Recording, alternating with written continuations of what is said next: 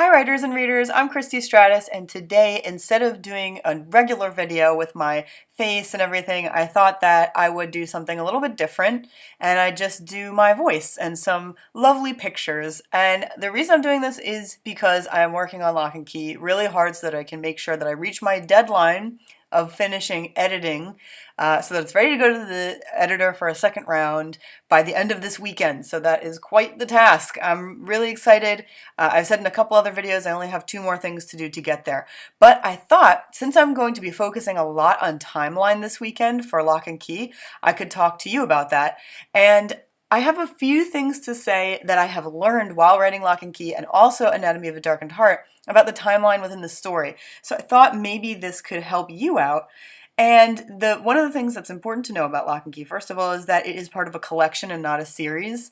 Most of you already know that, but the whole point of saying that is Lock and Key runs parallel to Anatomy of a Darkened Heart. It is a small amount of time out of Anatomy of a Darkened Heart, so it's parallel but not exactly the same. And so one of the things that I feature is an event that actually happens in Anatomy of a Darkened Heart, and that is sort of like my anchor. So that's one thing to talk about. If you're doing something similar to this, where you already have a book in a series, or you're doing sort of like a parallel running book to another book, and you've got a scene or multiple scenes that occur at the same time, then that can be your anchor. And for me, that's only one scene. For other people, I've read many, many scenes that happen parallel to each other in these different books. So for mine, it's only one, and I'm going to have to work backwards and forwards. So I have to go to the anchor and think, all right, I have to go however it's going to work. Now, originally I had thought that it would span like 10 years, but it's going to be a much, much shorter span of time. And the reason that is when I wrote it, I realized that certain events are not believable if it takes too long for them to happen. And although the reader is reading them in succession, if you read that something happens years later, some of these events, they just don't work that way. Actually, the whole story, Lock and Key, does have to move pretty fast. And so I can't possibly make it over the span of 10 years. And for that reason, I actually did have to delete a scene out of there where one of the characters from Anatomy was much older later. She was 10 years older or something. So I couldn't do that anymore, and that was a change. And there are definitely parts of my story that depend on what the timing is. There are a couple of historical details that I'm going to have to look at once I figure out this timeline. And you might be thinking, why didn't I do the timeline from the beginning? Well, because like I just said, once I wrote it, I realized that these things had to happen much closer together. I stopped doing the timeline because I had to keep redoing it and redoing it, which was a problem with Anatomy as well.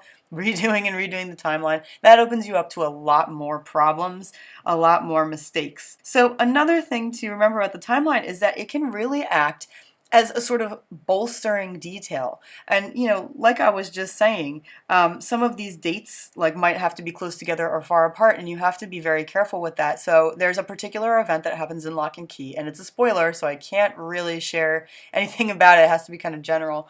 But in Lock and Key, there's this particular event that happens, and if the event occurs too far away from the next major event, it's not believable because the characters, it just wouldn't work out that they would sort of go with what happens. So I know that that's super general, but I think you get the idea of what I'm trying to say. So in that way, I have to be super careful with the timeline, or else nobody's going to believe that this is possible. So those are a couple of things to make sure that you think about, whether the timeline has anything to do with the believability of your story, whether the timeline, if your book is part of a series or a collection, does it match up with everything else, and be very, very careful about that. The last thing you want is someone commenting that the timeline just doesn't even match what you already did in another book. And whether you have an anchor date where you can plan backwards and forwards from there, or in between, or however you need it to work. So I hope that this has been helpful. These are the rules I'm going to be following this weekend, and it's going to be quite a task to undertake, but I'm sure it's going to go well. So thank you so much for spending time with me, and I will see you soon.